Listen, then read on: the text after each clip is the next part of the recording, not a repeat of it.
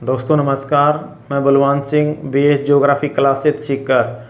दोस्तों पिछली कुछ वीडियो क्लास में हमने पढ़ा था विश्व की प्रमुख जनजातियों के बारे में हम पढ़ रहे थे। तो उसमें से हमने देख लिया एस्किमो जनजाति के बारे में और कालाहारी मरुस्थल की बुशमैन जनजाति के बारे में हमने पढ़ लिया था। उसी कड़ी को आगे बढ़ाते हुए आज हम पढ़ेंगे विश्व के एक प्रसिद्ध जनजाति जिसको हम जानते हैं गोंड जनजाति के नाम से। तो हम देखेंगे गोंड जनजाति। तो यहाँ देखिए गोंड जनजाति के बारे में हम पढ़ते हैं। तो ये जो गोंड है ये कहाँ निवास करते हैं, किस प्रकार का जीवन यापन करते हैं और इनकी उत्पत्ति कैसे हुई, ऐसा हम कुछ पढ़ेंगे। लेकिन इससे पहले हम पढ़ेंगे कि जनजाति, गोंड एक जनजाति है। तो दोस्तों एक थोड़ा सा ये ध्यान रखते हैं, देख लेते हैं कि किस जाति को जनजाति में शामिल किया जा सकता है, इसकी प्रक्रिया क्या है। संविधान के अनुच्छेद 341 में यह व्यवस्था की गई है कि भारत का जो राष्ट्रपति है, भारत का राष्ट्रपति किसी भी राज्य की किसी भी जाति को अनुसूचित जाति में घोषित कर सकता है या अनुसूचित जाति में शामिल कर सकता है। लेकिन इसके लिए होता है कि जो राज्य होता है, जिस राज्य की जाति को हम अनुसूचित जाति घोषित करवाना चाहते हैं, तो उस राज्य के राज्यपाल द्वारा यह सिफारिश की जानी चाहिए राष्ट्रपति से कि इस जाति को आप अनुसूचित जाति में शामिल करिए या कर सकते हैं। तो उस पर राष्ट्रपति है वो अपनी सहमति देता है और उसके बाद वो उस राज्य की जो भी जाति है उस जाति को अनुसूचित जाति में शामिल कर लिया जाता है, यानी कि SC में शामिल कर लिया जाता है। तो दोस्तों ये तो है 341 में। 342 में क्या है, ये जो जनजाति है, पहले मैंने लिखा था, आपको यहाँ लिख देता हूं, यानी कि यहाँ केवल अनुसूचित जाति है, ये SC है, इसको हम जानते हैं अनुसूचित जाति। ये अनुसूचित जाति यानी कि SC में शामिल करने के लिए जो प्रक्रिया है वो है 341 के अनुच्छेद में। और अनुच्छेद 342 में व्यवस्था की गई है कि भारत का राष्ट्रपति अपने भारत का राष्ट्रपति किसी भी राज्य की किसी भी जाति को अनुसूचित जनजाति घोषित कर सकता है। लेकिन इसके लिए संबंधित राज्य के राज्यपाल की सिफारिश होनी चाहिए। ये सिफारिश करेगा कि इस जाति को अनुसूचित जनजाति में शामिल किया जाए, यानी कि ST में शामिल किया जाए। तो भारत के राष्ट्रपति के पास शक्ति है कि ये किसी भी राज्य की किसी भी जाति को राज्यपाल की सिफारिश पर ST यानी कि अनुसूचित जनजाति घोषित कर सकता है। अनुसूचित जनजाति घोषित कर सकता है, अनुसूचित जनजाति घोषित कर सकता है, जिसको जानते हैं ST के नाम से। और अनुसूचित जाति है उसको हम जानते हैं SC के नाम से। दोस्तों केवल आप इनका ध्यान रखिए, 341 में SC है और 342 में ST है। इन दो अनुच्छेदों का आप जरूर ध्यान रखिए, यानी कि हो सकता है कि यहाँ से कोई क्वेश्चन पूछा जा सके। चलो देखते हैं अब हम गोंड जनजाति के बारे में। तो गोंड जनजाति है, ये जनजाति किससे संबंधित है, इसकी उत्पत्ति कैसे हुई, इसके बारे में अभी हम चर्चा करने वाले हैं। देखते हैं, अब देखते हैं गोंड जनजाति के बारे में। तो यहां देखिए गोंड जनजाति के बारे में पढ़ेंगे। तो गोंड जनजाति है वो विश्व का सबसे बड़ा जनसमूह है, यानी कि यह है विश्व का सबसे बड़ा जनसमूह है, विश्व का सबसे बड़ा जनसमूह है। विश्व का सबसे बड़ा जनसमूह गोंड जनजाति को माना जाता है जनजातियों में। लेकिन इसके बारे में हम पढ़ेंगे, यहाँ विश्व के लेवल पर दिया, लेकिन हम इसको केवल भारत के लेवल पर पढ़ने वाले हैं। यानी कि गोंड जनजाति की उत्पत्ति कैसे हुई, इसके बारे में हम देखते हैं कि जो गोंड शब्द है इसकी उत्पत्ति किस भाषा के किस शब्द से हुई है, इसको आप थोड़ा सा ध्यान रखें। इस वीडियो क्लास में हमें कुछ ऐसे महत्वपूर्ण क्वेश्चन सोल्व करने वाले हैं या पढ़ने वाले हैं, तो उस पर थोड़ा सा ध्यान दें। तो उत्पत्ति कहने का मतलब दक्षिणी भारत की या द्राविडियन भाषा परिवार की एक भाषा है जिसको हम जानते हैं तमिल। द्राविडियन भाषा परिवार की एक भाषा है तमिल। तो तमिल भाषा जो कि अपने दक्षिणी भारत में बोली जाती है या कहें कि प्रायद्वीपीय भारत में बोली जाती है। तमिल भाषा का एक शब्द है, तमिल भाषा का एक शब्द है जिसको जाना जाता है खोंडा के नाम से। खोंडा, अपने 12वीं क्लास की जो ज्योग्राफी है उसमें ये शब्द दिया हुआ है खोंडा, यानी कि तमिल भाषा का एक शब्द है खोंडा। और इस खोंडा से ही अपने गोंड शब्द की उत्पत्ति हुई है। दोस्तों यहाँ देखें कि ये अपनी जो राजस्थान माध्यमिक शिक्षा बोर्ड की बुक है उसके अंदर ये दिया हुआ खोंडा शब्द, लेकिन आपको कई जगह इसको नाम मिलेगा कोंड, यानी कि कोंड शब्द भी कई जगह देखने को मिलता है कि यहाँ ये जो गोंड शब्द की उत्पत्ति है इसकी, तो ये कोंड से भी कई जगह पढ़ा जाता है, लेकिन अपने पाठ्य पुस्तक में दिया हुआ है 12वीं क्लास की भूगोल के अंदर खोंडा शब्द। तो आप ये कहें यानी कि खोंडा, जो खोंडा शब्द है, खोंडा शब्द का शाब्दिक अर्थ क्या है, शाब्दिक अर्थ, तो इसका जो शाब्दिक अर्थ होता है वो होता है पहाड़ी। और कई जगह आपको कोंडा का शाब्दिक अर्थ मिलता है पर्वत, पहाड़ी व पर्वत। लेकिन आप देखें खोंडा शब्द का शाब्दिक अर्थ है वो है पहाड़ी। तो ये दोनों शब्द आप ध्यान रखें कि अपने राजस्थान की माध्यमिक शिक्षा बोर्ड की बुक है 12वीं क्लास की भूगोल, उसमें खोंडा दिया हुआ है, अन्य कई जगह आपको कोंड शब्द भी देखने को मिलता है। आगे देखते हैं, यहां देखिए कि ये जो गोंड लोग होते हैं, ये गोंड लोग अपने आप को कोइटुर या फिर कोल भी कहते हैं, यानी कि ये गोंड लोग अपने आप को कोइटुर व कोल कहते हैं या कहलाते हैं।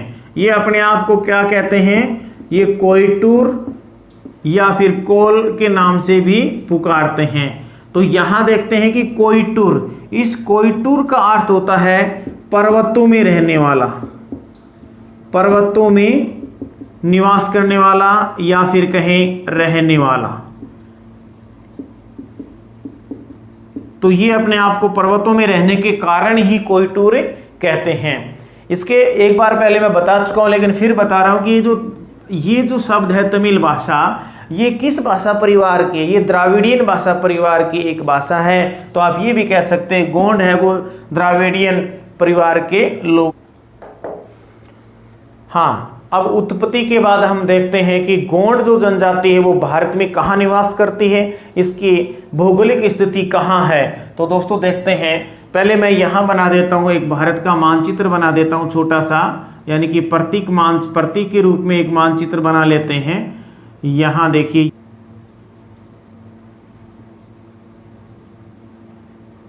ये यहाँ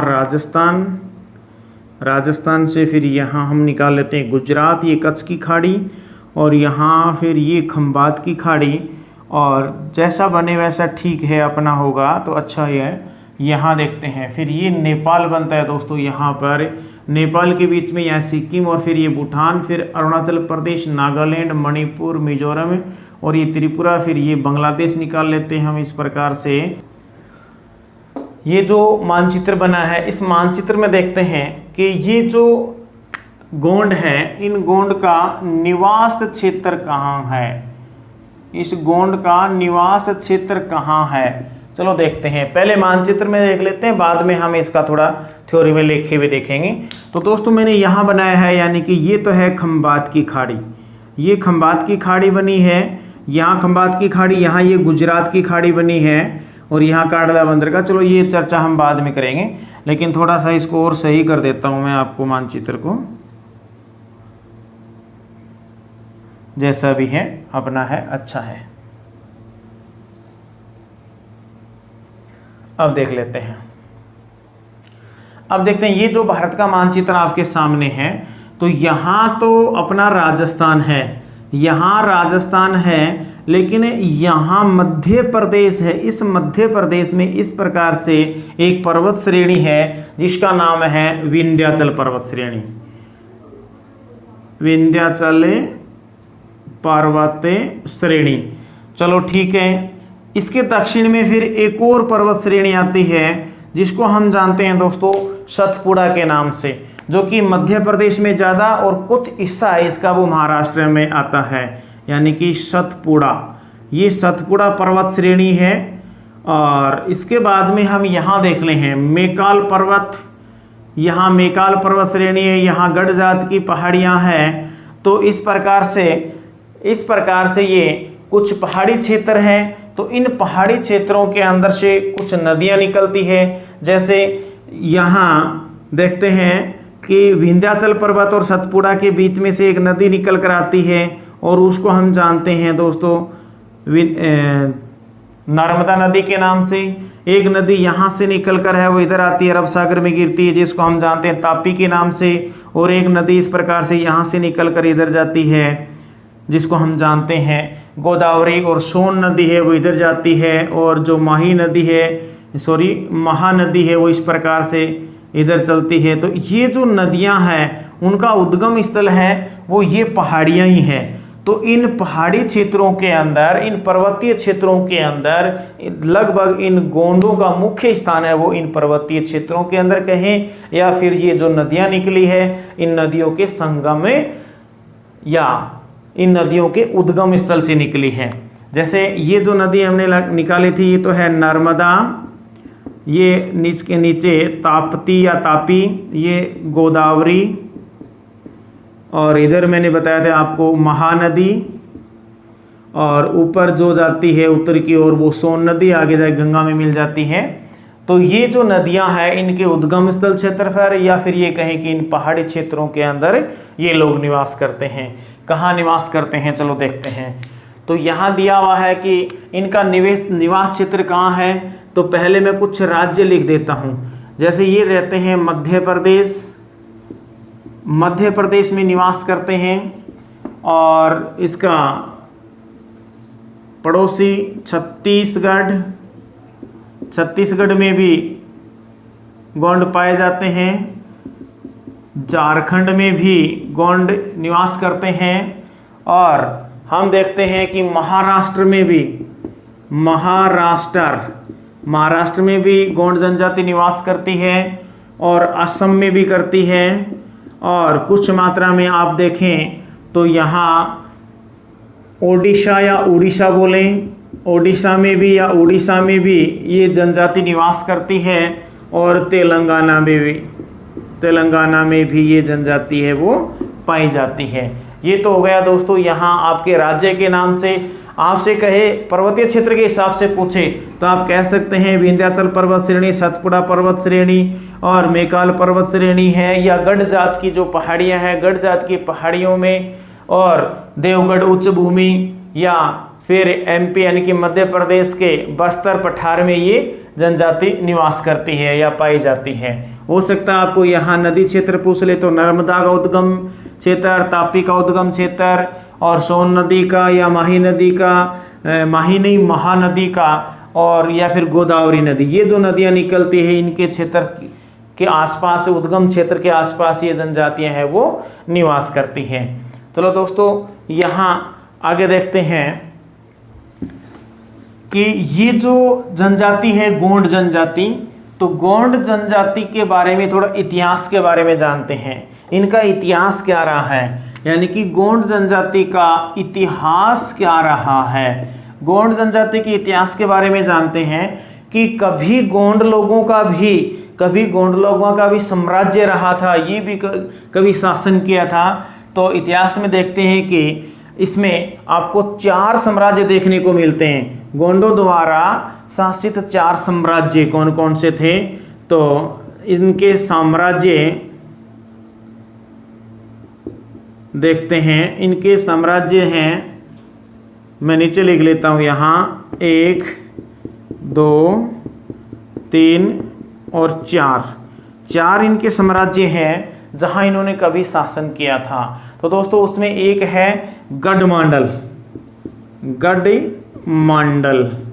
नाम सुना होगा आपने, गढ़मांडल।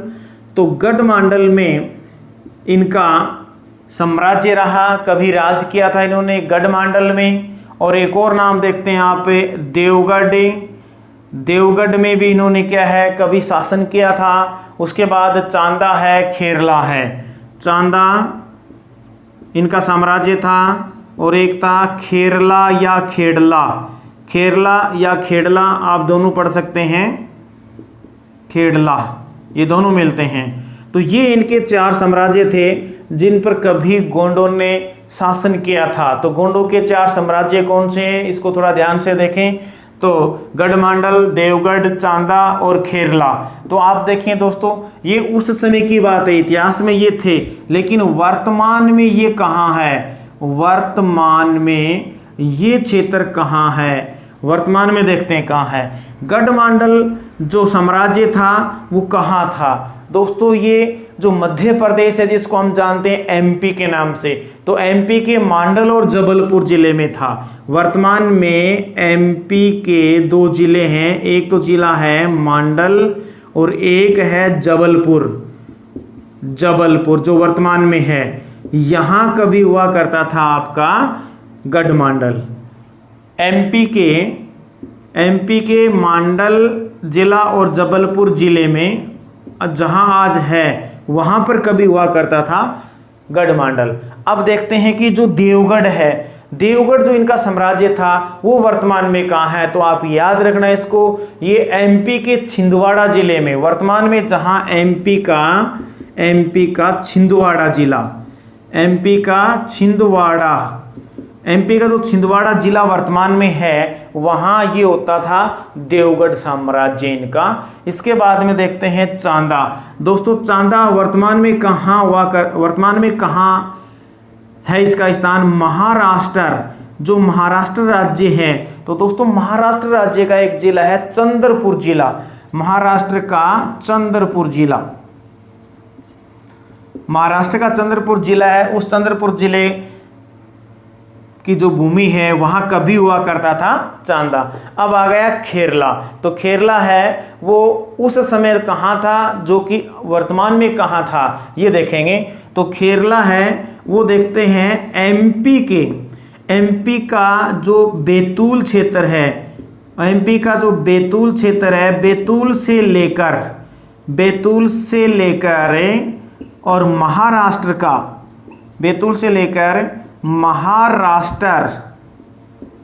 के अमरावती तक फैला हुआ था। कहने का मतलब ये यहाँ महाराष्ट्र है और यहाँ मध्य प्रदेश है, तो ये इस प्रकार फैला हुआ था यहाँ। तो ये खेरला है वो वर्तमान में यहाँ एमपी का बैतूल क्षेत्र और महाराष्ट्र का अमरावती क्षेत्र, इसके आसपास ये हुआ करता था कभी। तो दोस्तों ये देखा कि इन गोंडों के द्वारा जो शासित 4 साम्राज्य थे उनके बारे में हमने देख लिया है। तो अब आगे देखेंगे इनकी आर्थिक क्रियाओं के बारे में। आप ये सोचते होंगे यदि इन्होंने 4 साम्राज्य किए तो आज ये जनजाति के रूप में कैसे निवास कर रहे हैं? दोस्तों यहाँ देखें कि इनका जब ये साम्राज्य था उसी समय 1940 के आसपास इस क्षेत्र के अंदर मराठों का प्रभुत्व हो गया, मराठों का आवागमन हो गया। मराठों का प्रभुत्व होने के बाद ये जो लोग हैं, गोंड लोग हैं, ये आशिये पर चले गए। कहने का मतलब इनका शासन का अंत हो गया। अब देखते हैं दोस्तों इन लोगों की जो आर्थिक क्रिया होती है उसके बारे में देखते हैं। इनका आर्थिक क्रिया गोंडों की जो आर्थिक क्रिया है उसके बारे में देखते हैं। दोस्तों वैसे तो गोंड भी क्या करते हैं, शिकार करते हैं, शिकार और यानी कि शिकार के साथ साथ ये कृषि भी करते हैं, कृषि भी करते हैं। कौन सी कृषि करते हैं, यानी कि जूमिंग कृषि करते हैं। लेकिन इन लोगों का जो शिकार है आजकल बहुत ही कम हो गया है, बहुत ही कम लोग इनमें शिकार करते हैं, क्योंकि वैसे भी सरकार ने वन्य जीव सुरक्षा अधिनियम 1972 जो बना दिया था उसके तहत अब कड़े कानून हो गए हैं। तो इस वजह से ये लोग हैं वो शिकार पर कम ध्यान देते हैं और कृषि पर ज़्यादा ध्यान देने लगे हैं। ये लोग खनन क्रियाओं में या फिर औद्योगिक कार्यों में भी काम करने लगे हैं। लेकिन फिर भी हम पढ़ेंगे कि ये शिकार करते हैं लेकिन कम करते हैं, कुछ ही लोग शिकार करते हैं लेकिन कृषि देखते हैं। तो दोस्तों ये लोग क्या करते हैं, जूमिंग कृषि करते हैं। कौन सी कृषि, जूमिंग।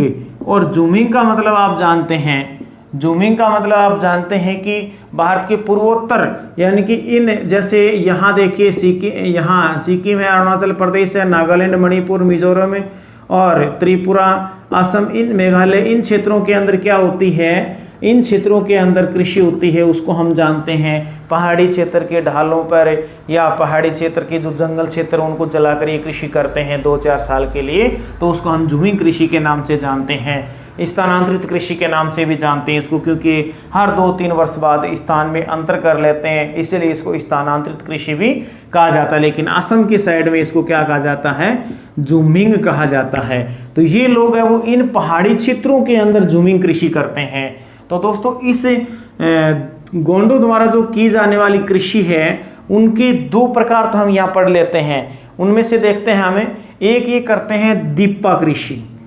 दीपा कृषि आपने नाम सुना होगा, दीपा कृषि। क्या है दीपा कृषि? दीपा कृषि है, ये क्या है, जूमिंग जो कृषि है, जो जूमिंग कृषि है उस जूमिंग कृषि का एक प्रकार है जो कि मध्य प्रदेश, छत्तीसगढ़ और झारखंड के अंदर गोंड जनजाति के द्वारा की जाती है। पहाड़ी क्षेत्रों के अंदर ये लोग हैं, पहाड़ियों पर जो वन क्षेत्र होता है उनको साफ कर लेते हैं, जला देते हैं और वहाँ 2 या 3 वर्ष तक खेती करते हैं और वहाँ उपजाऊता कम होने के बाद उस क्षेत्र को छोड़कर अन्यत्र किसी स्थान पर वैसी ही क्रिया करके फिर से खेती करते रहते हैं। तो एक स्थान से दूसरे स्थान को चेंज करते रहते हैं, इसलिए इसको स्थानांतरित कृषि कहा गया, जूमिंग कृषि कहा गया है। तो यहाँ देखते हैं जूमिंग कृषि का एक प्रकार क्या है, दीपा कृषि। दीपा कृषि क्या है, जूमिंग कृषि का एक प्रकार है जो कि गोंडों द्वारा की जाती है मध्य प्रदेश, छत्तीसगढ़ और झारखंड, इन पहाड़ियों के आसपास।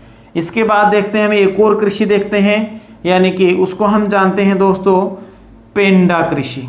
पेंडा कृषि आपने नाम पढ़ा होगा, क्वेश्चन आ सकता है पेंडा कृषि क्या, कहाँ की जाती है। तो दोस्तों ये जो पेंडा कृषि है, ये कृषि भी क्या है, गोंडों द्वारा की जाने वाली एक कृषि है। इसमें क्या होता है, इसमें पहाड़ी की ढालों पर सीढ़ियां बनाकर सीढ़ी नुमा कृषि करते हैं। कहने का मतलब है पहाड़ी ढालों पर सीढ़ी नुमा कृषि करते हैं और इसे ही कहते हैं पेंडा कृषि। पेंडा कृषि की कहा जाती है, ये जो मुख्य रूप से है वो मध्य प्रदेश का जो बस्तर क्षेत्र है, बस्तर का पठार, मध्य प्रदेश का जो बस्तर का पठार है वहाँ ये जो कृषि की जाती है उसको जाना जाता है पेंडा कृषि के नाम से। हो सकता है आपको पेंडा कृषि का स्थान पूछ ले तो आप मुख्य रूप से बताएं बस्तर का पठार। तो बस्तर के पठार के अंदर पेंडा कृषि करते हैं जो कि गोंड जनजाति के लोगों द्वारा की जाती हैं। इसके बाद देखते हैं व्यवसाय में देख लेते हैं कि सभी लोग शिकार नहीं करते, सभी लोग कृषि नहीं करते, कुछ विशेष गोंड की उपजाति है जिसको हम जानते हैं रावत।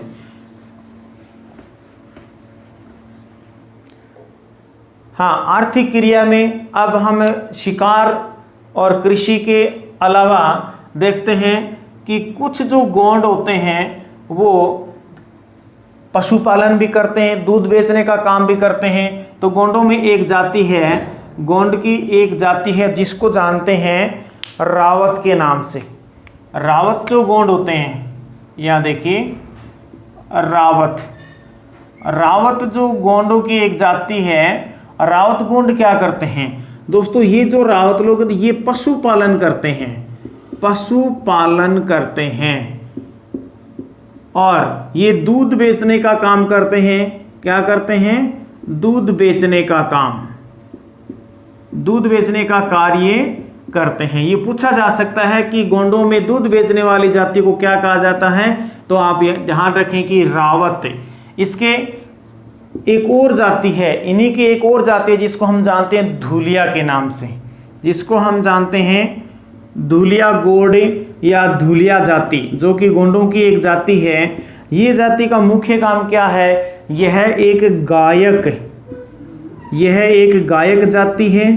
कहने का मतलब ये गोंड लोगों का इतिहास है, वो गाकर सुनाते हैं, इसलिए इनको धुलिया यानी किस नाम से जानी जाती है? धुलिया जाति के नाम से। और ये गायक जाति है, इतना ध्यान रखना, यानी कि गोंडों की गायक जाति कौन सी है, तो आप बता सकते हैं कि गोंडों की जो गायक जाति है वो है धुलिया।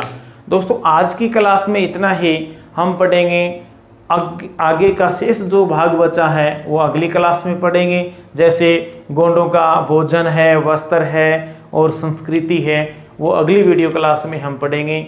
जय हिंद, जय भारत।